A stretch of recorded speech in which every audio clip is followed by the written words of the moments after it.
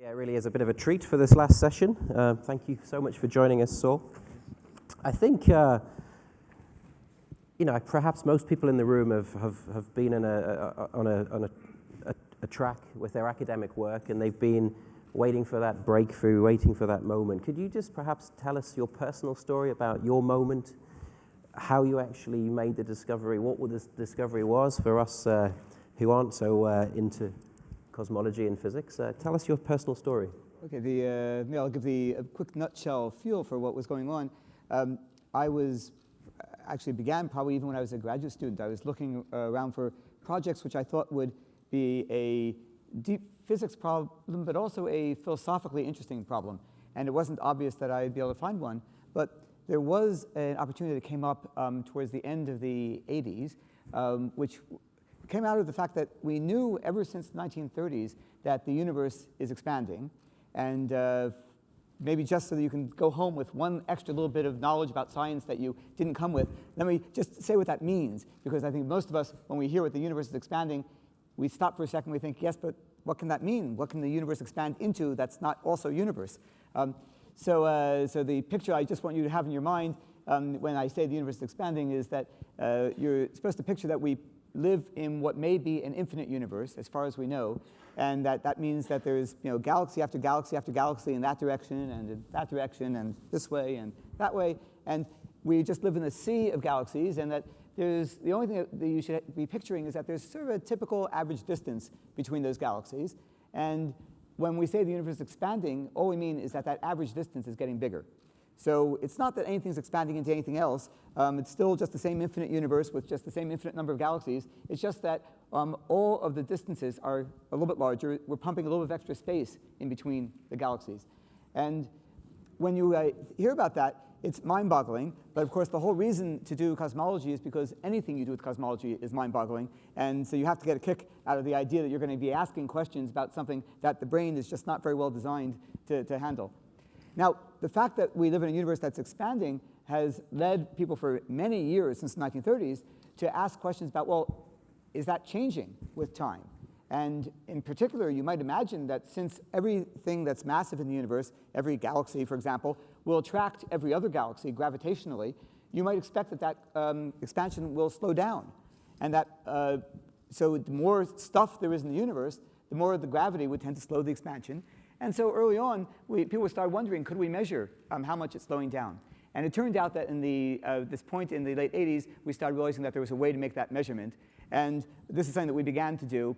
We thought this was going to be a very difficult project to do, because we have to find these very distant exploding stars, supernova, to make the measurement. And it turned out that it was even harder than we thought. We said it would take us 3 years to collect a sufficient number of these supernova to make the measurement. After 3 years, we had not found one supernova of these kind that we needed, these distant ones. After 5 years, we found our first one out of the many that we needed. After 6 years, we knew how to do the project. After 9 years, we collected enough data to actually have something to say about it. And finally, after 10 years, we knew the answer, and the answer was that the universe is not slowing down at all. It turns out that it's not even a question of how much it's slowing down, it's actually speeding up. And so the prize came about because this was a surprise. And ever since then, we've been trying to understand what is going on, what is powering our universe that makes it expand faster and faster. And this is the mystery that many of us are calling, just as a placeholder, we call it dark energy to describe what it is that we're trying to understand. So that's the nutshell version of how this work came about. But as you can hear, it was not a simple matter of saying we were going to set out to make a discovery and then we made it. So I think that's really interesting, actually, that it took you so long. That requires a lot of patience. What was the funding environment that allowed that to happen, that created the opportunity to have the patience to get to where you were going? I think it's a really important point, which is that in the modern day context, there's a tendency to ask, what is it that you plan to research? When will you finish it? And what day will your discovery be made? And of course, to do simple step-by-step processes, that may occasionally be useful. But I think for the kinds of things you were asking, world-class universities to be thinking about, that is not necessarily the best way to go. And in this particular case, there was a national lab that's connected to Berkeley, the Lawrence Berkeley National Lab, which during that period still had the tradition that local decisions could be made, that the funding could be made by a division director looking at the work that's going on and saying, you know, this project has been running for 3 years, hasn't found their very first supernova, and yet it's worth staying with. And after 6 years, it's still worth staying with. And after 9 years, it's still worth staying with, and then we could get a result in the 10th year. Now, I don't think this particular project I'm describing, my work, would have happened in today's funding environment. I think that would have been very difficult in a world in which you're managing every last cent and making sure that you don't waste any money, because if you accidentally waste any money, you know, that would be the worst thing that could happen. Now, of course, you know, it seems to me you can be very good at not wasting money and also be very good at not making any discoveries. I think that's really is quite profound, isn't it? That there's a sense that if you were doing this work today, you may not have made the discovery that won the Nobel Prize. I mean, that is extraordinary. What's happening with today's funding environment, research environment, that's inhibiting the kind of freedom that you require to make those breakthroughs? I think that there's a fundamental misunderstanding of what we're after when we're doing deep research of these kinds. I think that people forget that what you're looking for is you're looking for gigantic surprises and transformations that allow us to do things that we never thought were possible, and that you can't order them up in a certain way. The only thing that we know of that seems to work is to create an environment where people are thoughtful, they're playful, and that they're actually trying many ideas. I remember as a graduate student, postdoc, a paper would show up with some interesting data in it from a completely unrelated field, and we would all go off and spend 2 or 3 days playing with that data and analyzing it and trying out new ideas and wondering, could we do a different kind of a project with this concept? Today, I don't think that would happen. I think everybody is so, well, first of all, they're all busy reading their email and the requests for the next thing that shows up in an email. But also, there isn't that sense that what you want your creative people to be doing is to be looking for ideas and to be following each other's work and then and trying to be playful and inventive in that way. And I think that that's something that we have to learn how to tell that story and how to teach it again. Yeah, and I think there's a real sense that how to develop a message that says it's okay to allow academics to play and to fail, and it may not lead to anything. We've had some politicians here. We had Lord Willits and Jim Knight. The reality bit, how do we say to a politician, actually, I want this large chunk of money, and I'm going to go away and play with it. I don't know whether I'm going to deliver any results. How do you justify that in the world of constraint, funding, and scrutiny of the tax dollar? I mean, there's 2 or 3 ways that I've been trying out. I've also been asked these questions, you know, going to Congress and as well. And I've been thinking that one is to give the examples of the many things in our world where if you had set out to do the practical thing, you never would have gotten there. Whereas, here, let me just try one example. You know, the example of, in my field, Einstein's theory of general relativity seemed like the ultimate useless product.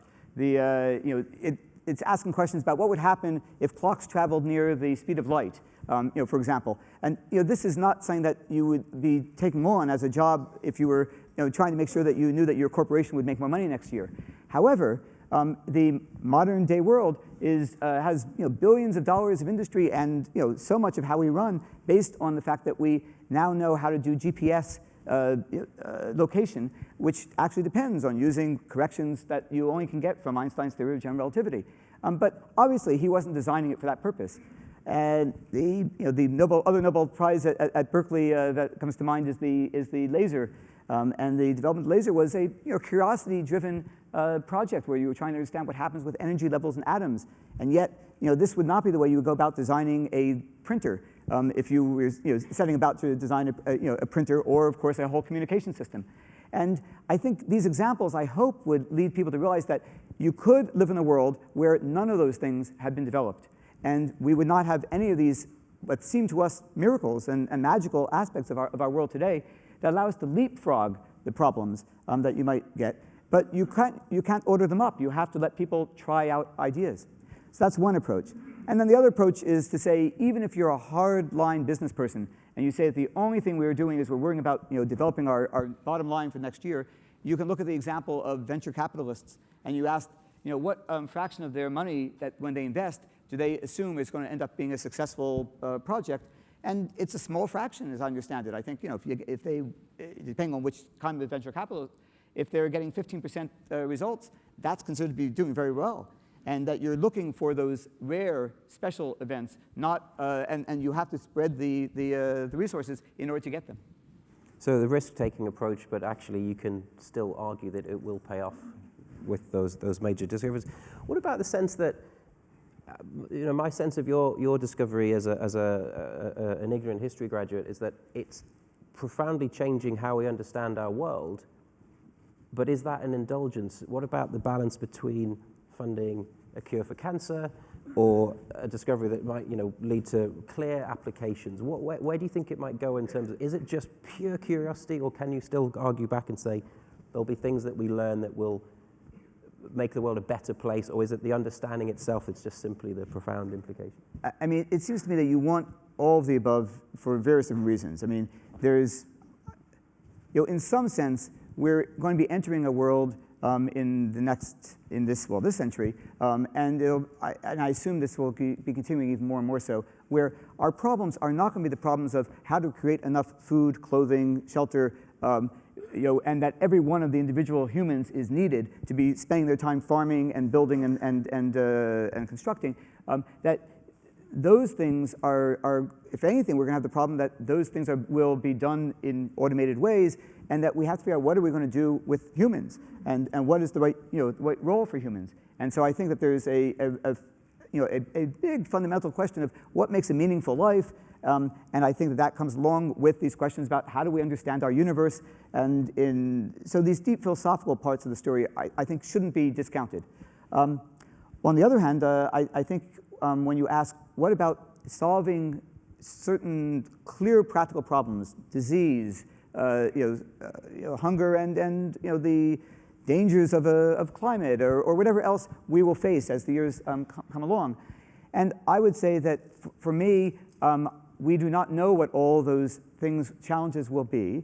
And if I wanted to invest my personal resources in making sure that I felt that we were going to be able to address those challenges in years to come, I would try to make sure that we had a pretty healthy mix of some immediate goal-seeking practical approaches, but a very significant fraction that is making sure that you have a healthy ecosystem of thinkers, people who can think through the problems and can do the critical thinking, but also do the creative thinking, have the tools at their disposal because they've grappled with what seem to be impossible problems, like can we measure the expansion of the universe? It turns out that when you focus really smart people on exciting problems like that, they invent all sorts of things. We ended up inventing new sensors that are now being used for medical imaging, but you wouldn't have gotten that with the same group of creative people if they weren't focused on something that was a hard, challenging problem that put them in a position where someday they could answer other questions. I just think that mix is a key part of the story, and we need to be able to tell that story to those who are trying to be very practical in their funding. And what about the balance between disciplines? I mean, you're in the hard sciences in physics. Where does funding for the arts and humanities come into this? And are you increasingly working yourself in a sort of interdisciplinary environment? The aspect that I feel is so crucial here as educators is the aspect that we're trying to figure out how do we teach a next generation to be able to ask important questions of all sorts. And maybe the prototypical example is, how do you teach people to be able to make decisions as citizens in the years to come, and also as members of our society that will be running things and building things. So I've been spending a lot of my time thinking about what did I learn as a scientist just by osmosis, going through a graduate program and being a postdoc and then being a young faculty member, and that the culture brought to bear on these kinds of questions that I think really shouldn't be hidden off in this little group of people who happen to have learned it this way, but you could articulate it and you could start to figure out how you could teach these questions.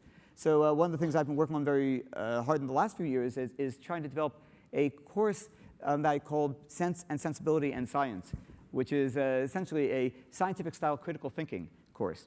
And I realized that it wasn't good enough to teach it just from the point of view of a physicist. What did I learn as through this particular culture of that you learn going through physics training? And the reason is that if you look at let's say a faculty meeting of physicists at the university, it does not act any more rationally than any other faculty meeting, as far as I know. And so clearly there are other parts of the story that need to be brought to bear as well. So I found a social psychologist in the public policy school who's been asking questions about what happens with group dynamics when, let's say, a jury is trying to make decisions or they're talking to an expert witness. There was a philosophy professor who works on philosophy of mind, philosophy of science. Recently, we have a cognitive science professor who's joined us. And the course has very much been asking the question, what can we teach a next generation that will help them do the scientific style critical thinking that will allow them to work together, taking into account all the needs, fears, goals, desires, and yet being able to weave into that all the truth tracking and the reality tracking that we've learned as scientists that helps us tell when we're fooling ourselves, and that when we're looking at the world and thinking that it should behave a certain way because we want it to, as opposed to being open to what is the world telling us about what does it really consist of, and what do we actually have to deal with, and what are our opportunities, and what are our constraints? I mean, it's absolutely extraordinary that the undergraduates here at Berkeley get to be taught by a Nobel Laureate. I think, in many cases, you maybe turn up for an opening lecture in the freshman week. Why is it important to you? And I guess most researchers who are, really advanced in their careers would probably do anything they could possibly do to avoid their teaching obligations or get out of a teaching element of their contract. Why is it important for you to actually do undergraduate teaching? It's an extraordinary opportunity for the children, the young people. Right. I'm showing my age now. For the undergraduates, but why do you do it? I mean, I'll describe a few elements of it. I mean, one I'll comment is that at Berkeley, particularly, I think you're very aware as a faculty member of this group of students who really, really want to learn. And it's a pleasure, I think, actually teaching at Berkeley for that reason. There's a huge fraction of first generation at college students here. And I think the faculty all across the board start to feel energized by that call that these students really actually want to be there and they want us to help them. And that's very compelling. There's another aspect of it, which is that you want, I think, society to have think tanks. You want there to be places where people are thinking about the future, thinking about different ways of approaching problems. But I don't think that works well in a hidden, isolated environment. I think there's something about the engagement day to day with the graduate students and the undergraduate students that keeps the whole story much more connected to the world, and I think also energizes the story, because the students are often the ones that bring you that sense of the energy of the new ideas that are coming in from the culture around us, and occasionally the new ideas even for your own field. So I think that mix actually is important for us, older now scientists. And then, of course, I find myself, and I think many of the people I talk to, are more and more energized by watching the ways in which our world needs help, and that we find ourselves looking at a world where I don't think almost any of the problems I see in the world today would worry me if I felt that we knew how to work together and how to think through problems together in a rational way that wove together all the fears and needs with a rational understanding of the world. So for me, it's partly this self-interest, and I want to live in a world in which people know how to talk together and how to work together. And maybe one of the best ways into that is to start teaching. Yeah, and for those institutions that don't happen to have a Nobel Laureate hanging around, and one that's actually willing to put them time and energy into teaching, how do we scale this kind of teaching that really does instill that critical thinking, the problem-solving element? How do we achieve that beyond Berkeley and into places that don't have people as dynamic and as engaging as you in the undergraduate program? I think one of the sort of fun aspects, I mean, there are lots of negative aspects, I think, of the hyper-connectedness of our world today. But I think one of the fun aspects is that it's possible for faculty to talk across universities and to share ideas together about how to teach and what kinds of things we can develop together. A course like this one I'm describing, what makes it very hard is because you're trying to teach a very meta question that has not traditionally been taught. And so trying to come up with what are the ways that you judge if the students are getting it, what materials should you use for them to learn with, they're hard to come up with. And the more, but there are other courses around the world that are being taught where faculty are inventing clever ways and interesting ways of getting ideas across, and we're now in a position to share them much more than we once were. So I've been talking to a number of faculty now around the country and also a little bit around the world who I think would be interested in developing their versions of this kind of course that I'm describing, and then we will be able to have resources that we can share with each other.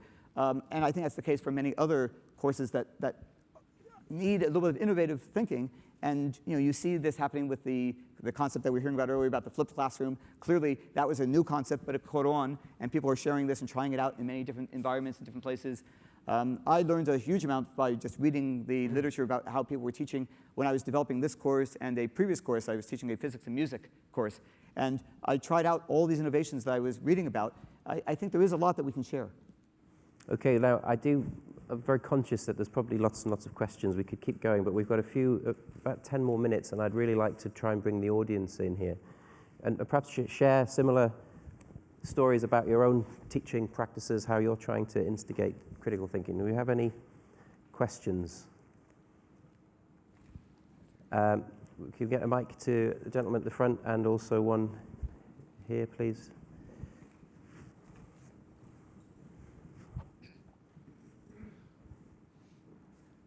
Hello. There you go first. No, go ahead, please.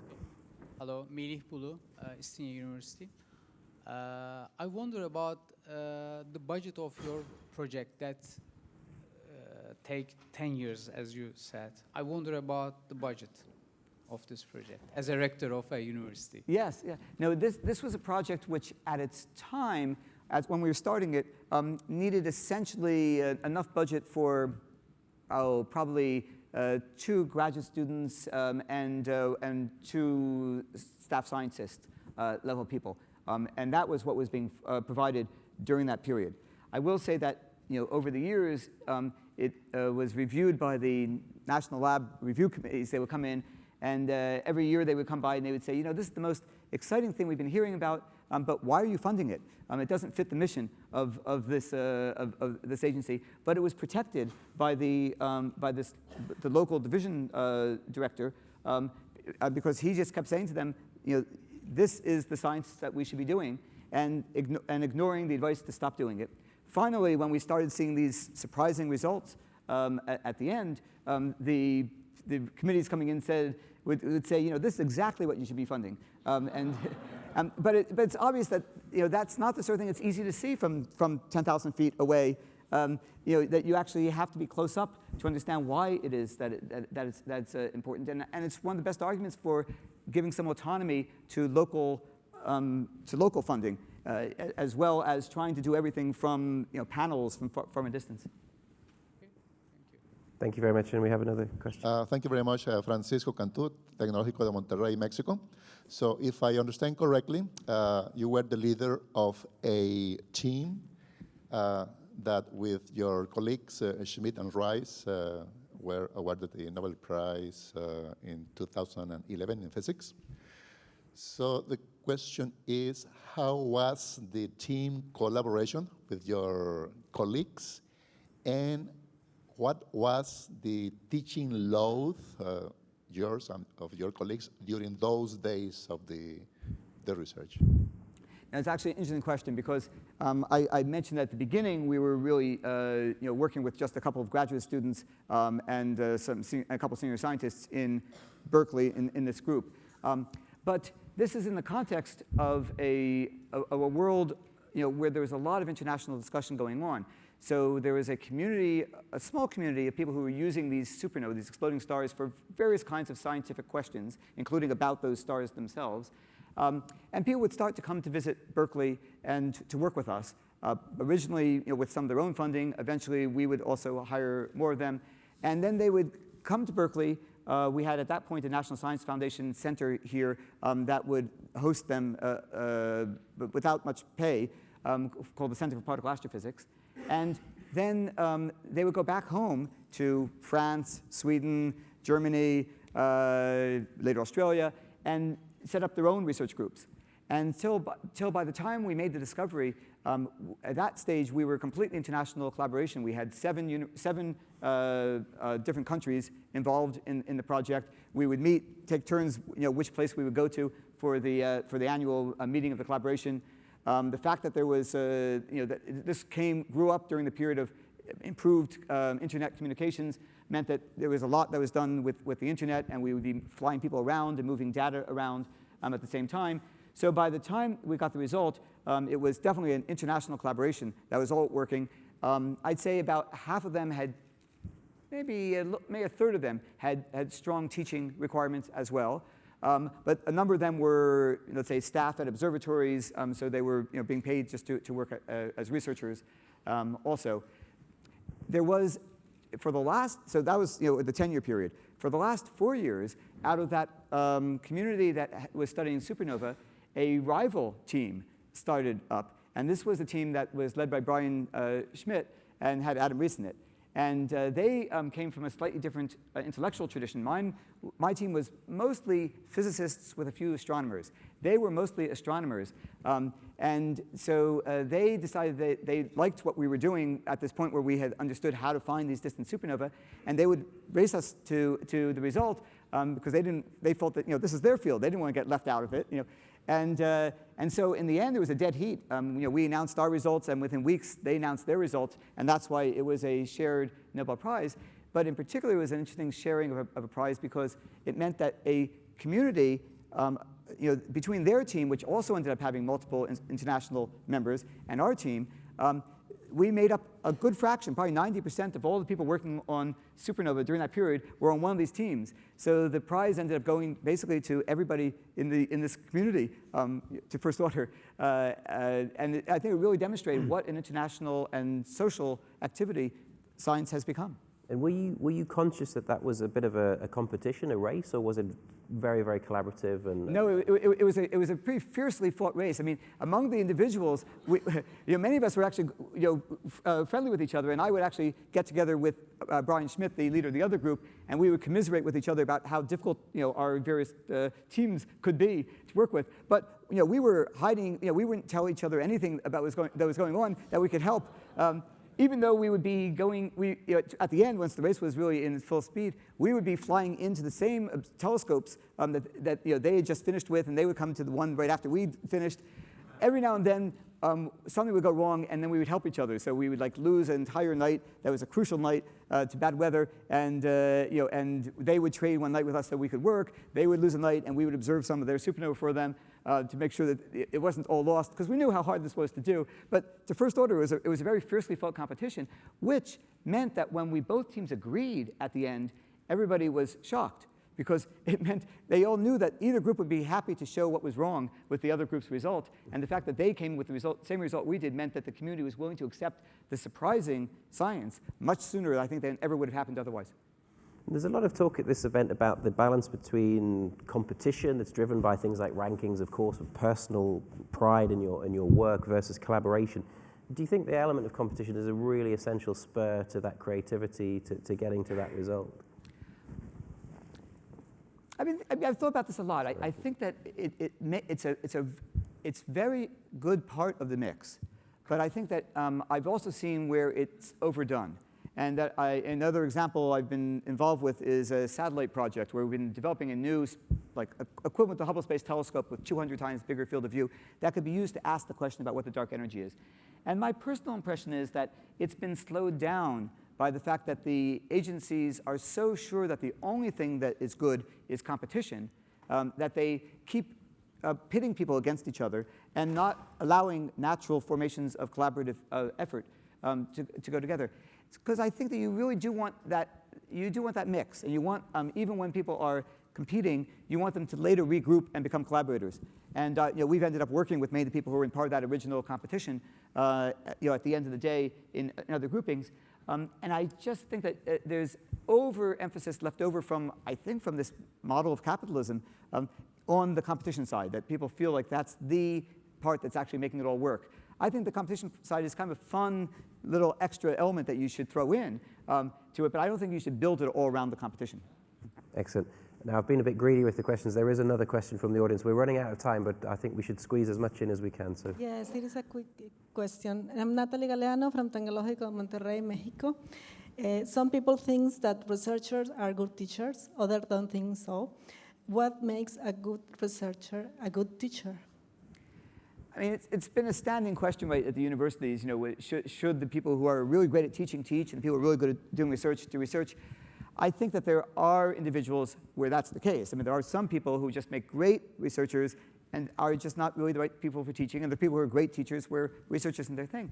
But I believe there's a very large segment of those groups that where the overlap is really important, and that as a student, you feel energized because you're hearing from the people who are actually not just passing on received wisdom, but helping to try and invent what the next future understanding of the world is.